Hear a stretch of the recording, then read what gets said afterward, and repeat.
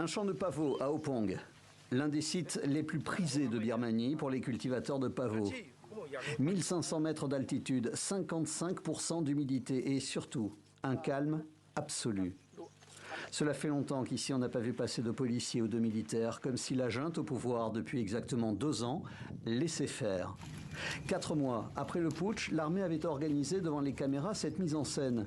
Des pains de cannabis, tout un tas de drogues de synthèse, de l'héroïne et des flammes pour habiller le tout. Le message semblait clair, stop à la culture et au trafic de drogue.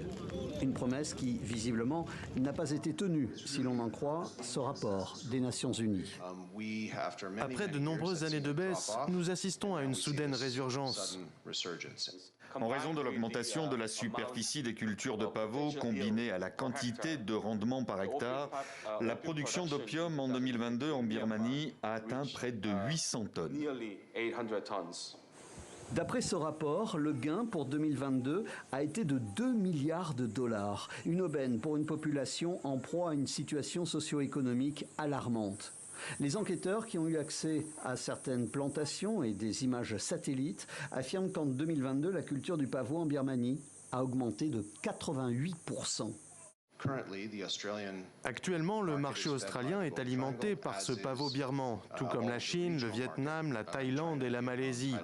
Mais ce pavot va commencer à s'étendre à d'autres pays en raison de sa qualité et de la demande. Et nous allons commencer à voir ce marché bourgeonner. La Birmanie est un pays où désormais 40% de la population vit sous le seuil de pauvreté.